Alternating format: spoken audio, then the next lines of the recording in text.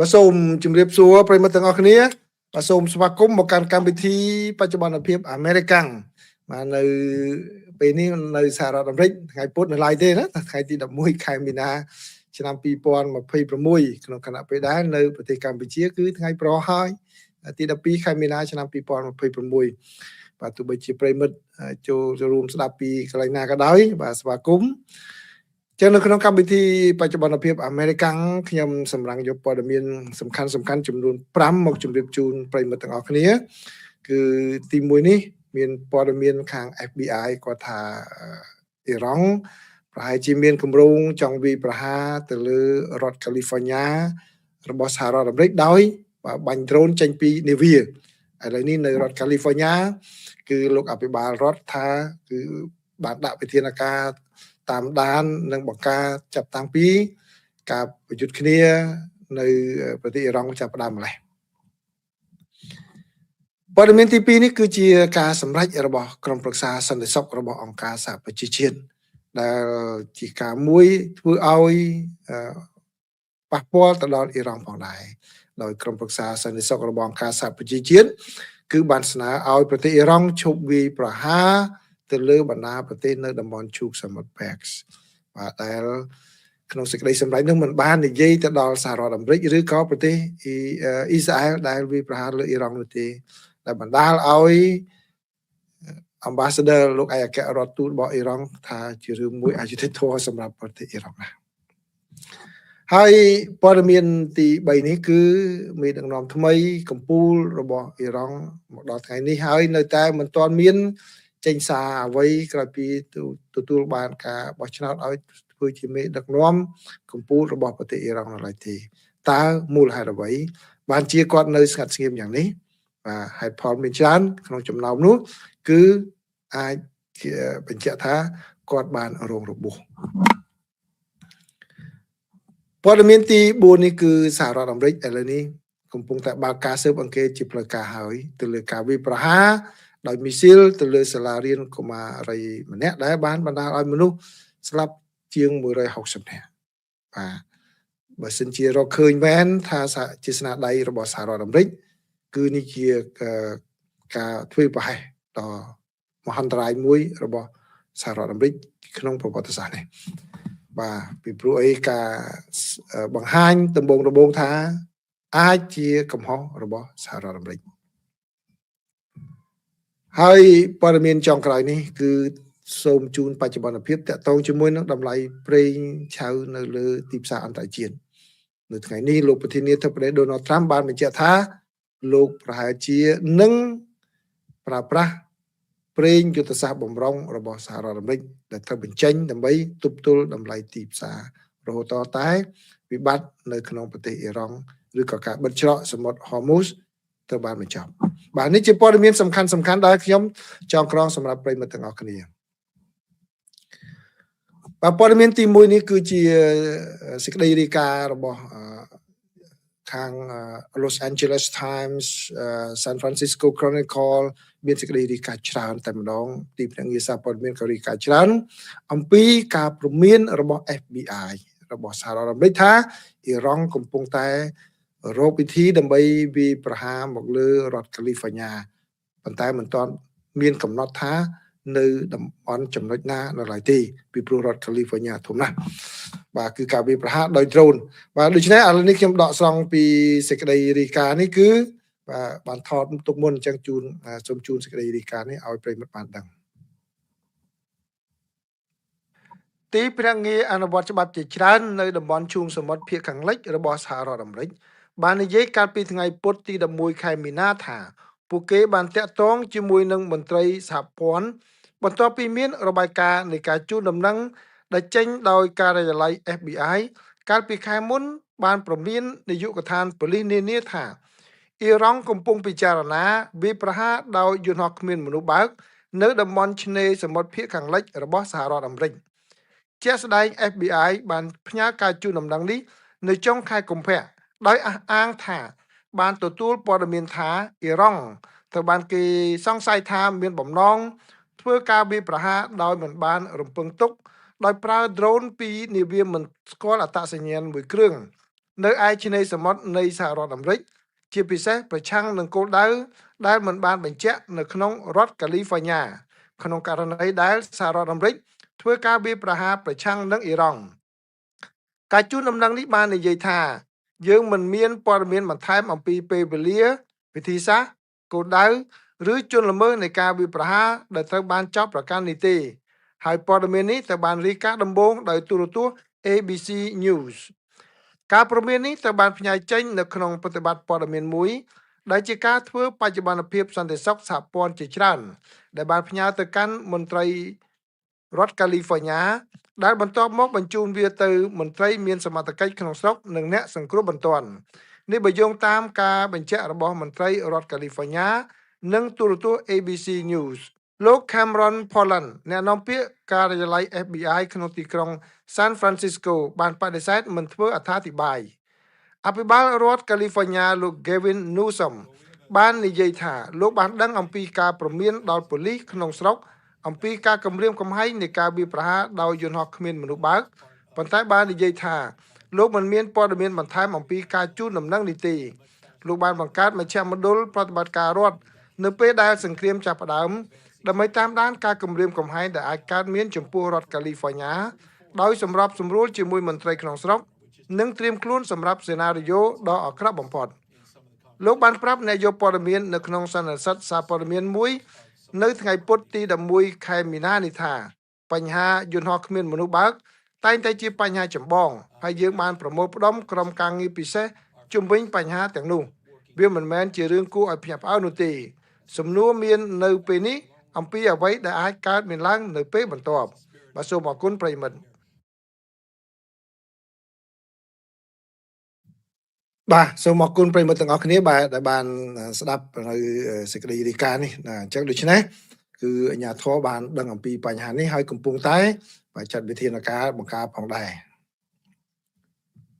ព័ត៌មានទី2នេះគឺជាបាទតកតងជាមួយនឹងកិច្ចប្រជុំរបស់ក្រុមប្រឹក្សាសន្តិសុខរបស់អង្គការសហប្រជាជាតិដែលខ្ញុំបានជម្រាបជូនប្រិយមិត្តកាលពីព្រឹកមិញបាទឥឡូវនេះលទ្ធផលចេញហើយគឺ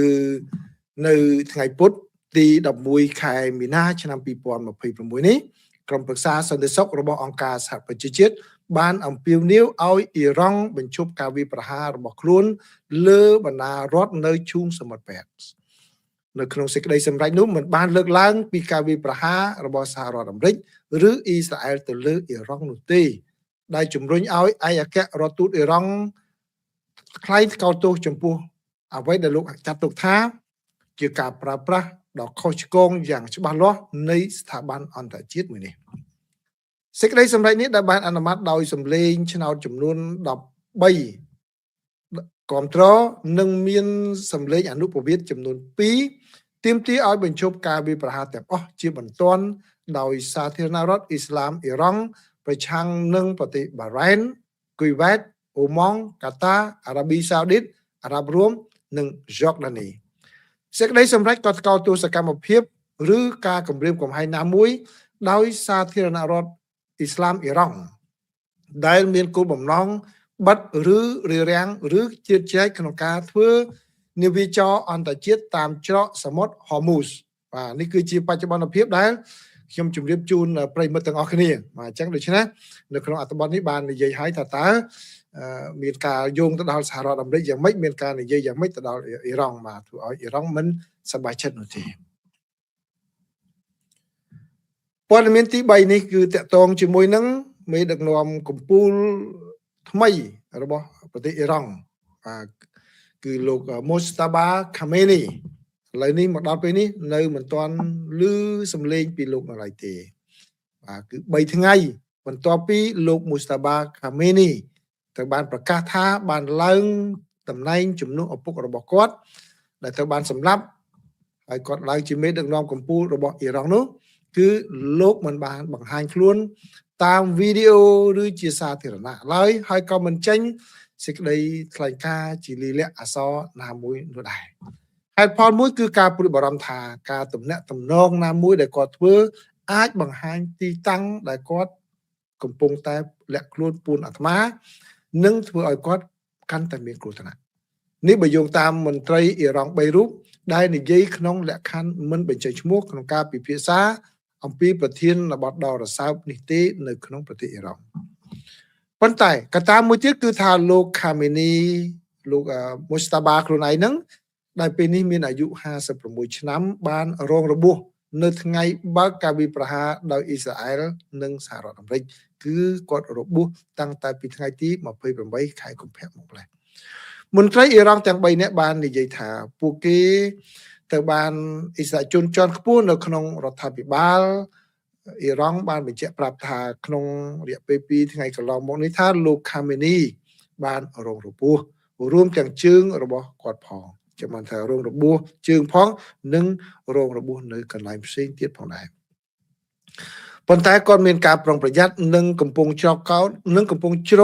នៅទីតាំងដែលមានសុវត្ថិភាពខ្ពស់ដោយរក្សាការទំនាក់ទំនងមានកម្រិតតែប៉ុណ្ណោះមន្ត្រីយោធាអ៊ីស្រាអែល2រូបបាននិយាយថាព័ត៌មានដែលប្រមូលបានដោយអ៊ីស្រាអែលក៏បាននាំឲ្យស្ថាប័នការពារជាតិជឿថាលោកខាមេនីបានរងរបួសជើងនៅថ្ងៃទី28ខែកុម្ភៈដែលជាការសន្និដ្ឋានដែលពួកគេមានតាំងពីមុនពេលលោកមូស្តាបាត្រូវបានជ្រើសរើសជាមេដឹកនាំកំពូលរបស់អ៊ីរ៉ង់កាលពីថ្ងៃអាទិត្យម្លេះនេះបើយោងតាមមន្ត្រីអ៊ីស្រាអែលដែលបានថ្លែងក្នុងលក្ខខណ្ឌមិនបញ្ចេញឈ្មោះស្ថានភាពពេញលេញនិងវិសាលភាពឬក៏ទំហំនៃរបួសរបស់លោកមូស្តាបានៅមិនទាន់ដឹងច្បាស់នៅឡើយទេឪពុករបស់លោកគឺលោកអាយ៉ាតូឡាអាលីខាមេនីត្រូវបានសម្លាប់នៅក្នុងការវាយប្រហារតាមអាកាសរបស់អ៊ីស្រាអែលលើបរិវេណថ្នាក់ដឹកនាំមួយកន្លែងនៅកណ្ដាលទីក្រុងតេហេរ៉ង់នៅថ្ងៃទី28ខែកុម្ភៈផងដែរអ្នកដែលបានស្លាប់នៅក្នុងពេលនោះគឺមានម្ដាយរបស់លោកភរិយារបស់លោកនិងកូនប្រុសម្នាក់របស់លោកផងដែរគឺរបស់លោកបូស្តាបានឹង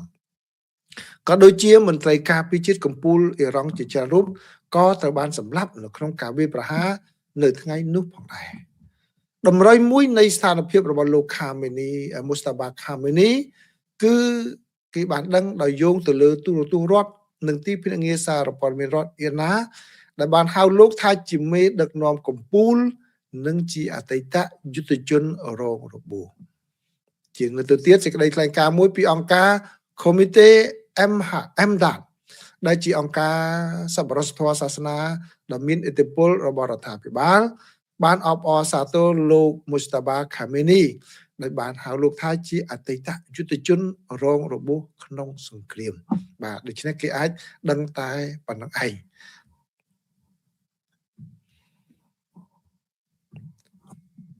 ព័ត៌មានទី4នេះគឺជាសេចក្តីរាយការណ៍អំពី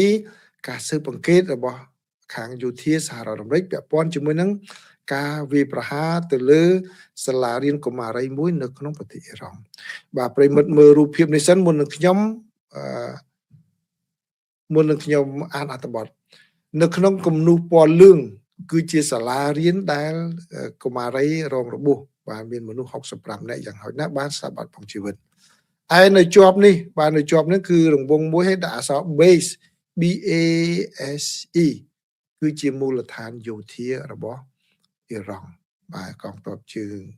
ទឹកបាទដូច្នេះវាស្ថិតនៅក្នុងបរិវេណ block ជាមួយគ្នាហើយនៅក្បែរគ្នាទៀត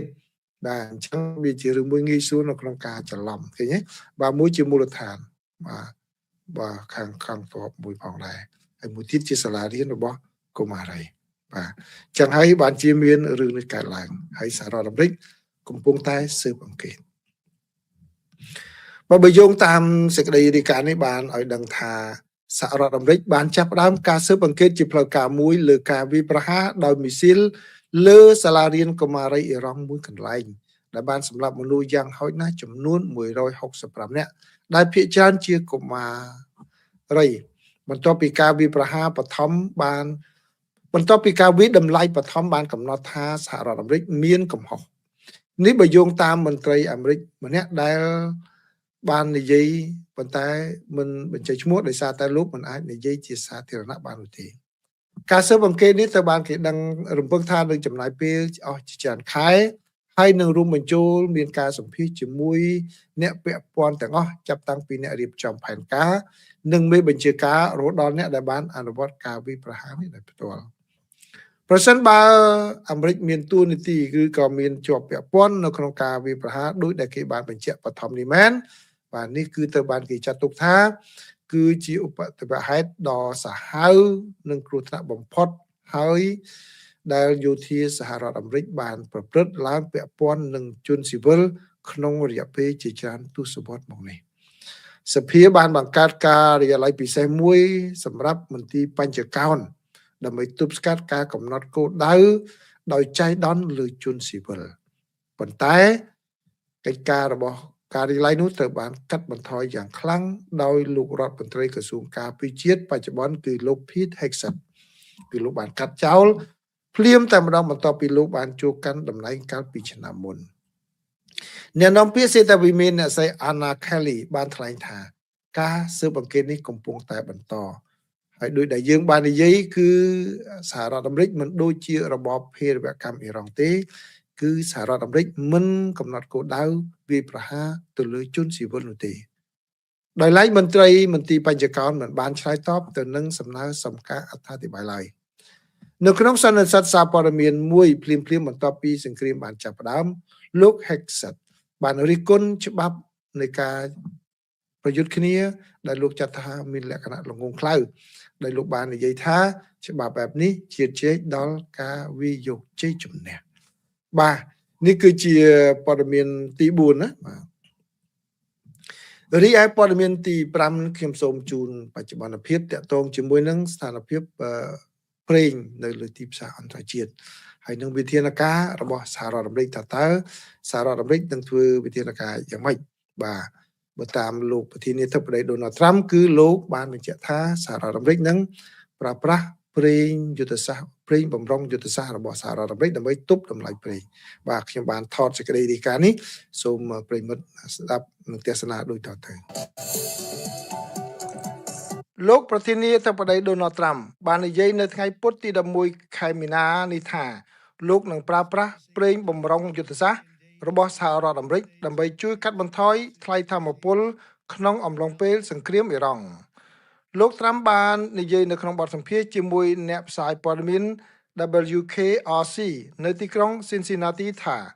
យើងនឹងធ្វើបែបនោះហើយបន្ទាប់មកយើងនឹងបំពេញប្រេងនោះវិញលោកប្រធានាធិបតីមានប្រសាសន៍ថាខ្ញុំបានបំពេញវាម្ដងហើយខ្ញុំនឹងបំពេញវាម្ដងទៀតប៉ុន្តែឥឡូវនេះយើងនឹងកាត់បន្ថយវាបន្តិចហើយនោះធ្វើឲ្យតម្លៃធ្លាក់ចុះតម្លៃប្រេងសាំងនៅសហរដ្ឋអាមេរិកបានកើនឡើងដល់ប្រហែល$3.58សេនក្នុង1ហ្គាឡុនដែលជាមធ្យមដោយសារតែសង្គ្រាមអ៊ីរ៉ង់បានបង្កឲ្យមានការរំខានយ៉ាងខ្លាំងដល់ការផ្គត់ផ្គង់ប្រេងសកលនេះបើយោងតាមក្រុមហ៊ុន AAA តម្លៃលក់រាយបច្ចុប្បន្នគឺខ្ពស់ជាងជិត 22% បើប្រៀបធៀបទៅនឹងរយៈពេលដូចគ្នាកាលពីខែមុននៅពេលដែលប្រេងសាំងមានតម្លៃប្រហែល$2.99សេនក្នុង1ហ្គាឡុនការអត្ថាធិប្បាយរបស់លោកត្រាំបានកើតមានឡើងបន្ទាប់ពីទីភ្នាក់ងារថាមពលអន្តរជាតិបានយល់ព្រមកាលពីថ្ងៃពុធដើម្បីបញ្ចេញប្រេងចំនួន400លានបារ៉ែលដើម្បីដោះស្រាយការរំខានដល់ការផ្គត់ផ្គង់វាគឺជាការបញ្ចេញដ៏ធំបំផុតក្នុងប្រវត្តិសាស្ត្រជាង50ឆ្នាំរបស់ IEA សហរដ្ឋអាមេរិកគឺជាសមាជិករបស់អង្គការ IEA រួមជាមួយប្រទេសដែលមានសេដ្ឋកិច្ចធំ30ផ្សេងទៀតនៅអឺរ៉ុបអាមេរិកខាងជើងនិងអាស៊ីឦសានបច្ចុប្បន្នសហរដ្ឋអាមេរិកមានប្រេងចំនួន415លានបារ៉ែលនៅក្នុងអាងបម្រុងយុទ្ធសាស្ត្ររបស់ខ្លួនដែលទៅជាប្រហែល 58% នៃសមត្ថភាពអនុញ្ញាតចំនួន714លានបារ៉ែលបាទសូមអរគុណប្រិមិត្តបាទនេះគឺជាវិធានការដែលលោកប្រធានាធិបតីដូណាល់ត្រាំចាត់វិធានការហើយដោយឡែកគឺស្ថានភាពតម្លៃប្រេងវិញគឺកើនឡើងជិត 5% នៅថ្ងៃពុធទី11ខែមីនាឆ្នាំ2026នេះ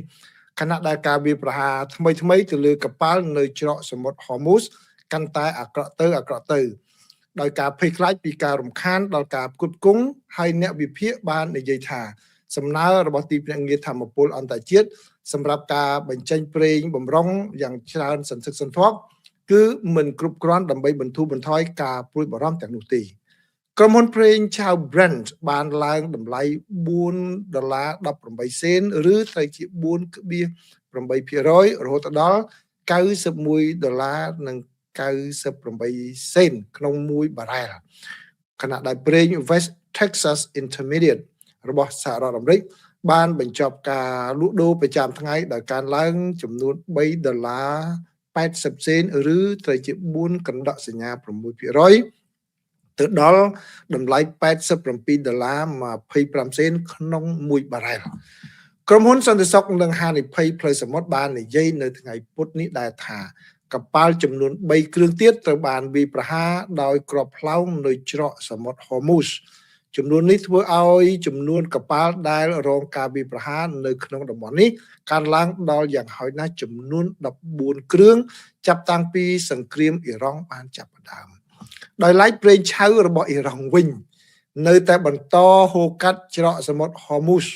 ក្នុងល្បឿនជិតស្មើនឹងធម្មតាដដែលទោះបីជាការវាយប្រហាររបស់អ៊ីរ៉ង់ទៅលើកប៉ាល់នៅក្នុងច្រកសមុទ្រដ៏ចង្អៀតនេះក៏ដោយនេះបើយោងតាមការពិនិត្យរបស់ទីភ្នាក់ងារសារព័ត៌មាន Reuters ដោយឈរលើទិន្នន័យតាមដានកប៉ាល់ដឹកប្រេងអ៊ីរ៉ង់បាននាំប្រេងឆៅចេញប្រហែលជា13.7 បារ៉ែលចាប់តាំងពីអ៊ីស្រាអែលនិងសហរដ្ឋអាមេរិកបានបើកការវាយប្រហារទៅលើប្រទេសនេះនៅថ្ងៃទី28ខែកុម្ភៈនេះបើយោងតាមការវិភាគពីគេហទំព័រ tankertrackers.com ដែលជាក្រុមហ៊ុនស៊ើបការសម្ងាត់តាមសមុទ្រដែលមានជំនាញក្នុងការតាមដានកងនាវាស្រមោលដែលជាបណ្ដាញនាវាដែលប្រើសម្រាប់ដឹកជញ្ជូនប្រេងនិងឧស្ម័នពីប្រទេសដែលស្ថិតនៅក្រោមទណ្ឌកម្មរបស់ប្រទេសលោកខាងលិចបាទនេះគឺជាព័ត៌មានណាដែលតាក់ទងជាមួយនឹងបញ្ហាប្រេងបាទអញ្ចឹងសង្ឃឹមថាប្រិមិត្តអាចនឹងទទួលយកបានបន្ថែមបាទអញ្ចឹងសម្រាប់អ្នកដែលចូលមកដើម្បីតាមដានស្ដាប់ការចែករំលែកព័ត៌មានបច្ចុប្បន្នភាពអាមេរិកាំងនៅពេលនេះគឺចាប់តែប៉ុណ្ណេះសូមអរគុណសូមជម្រាបលា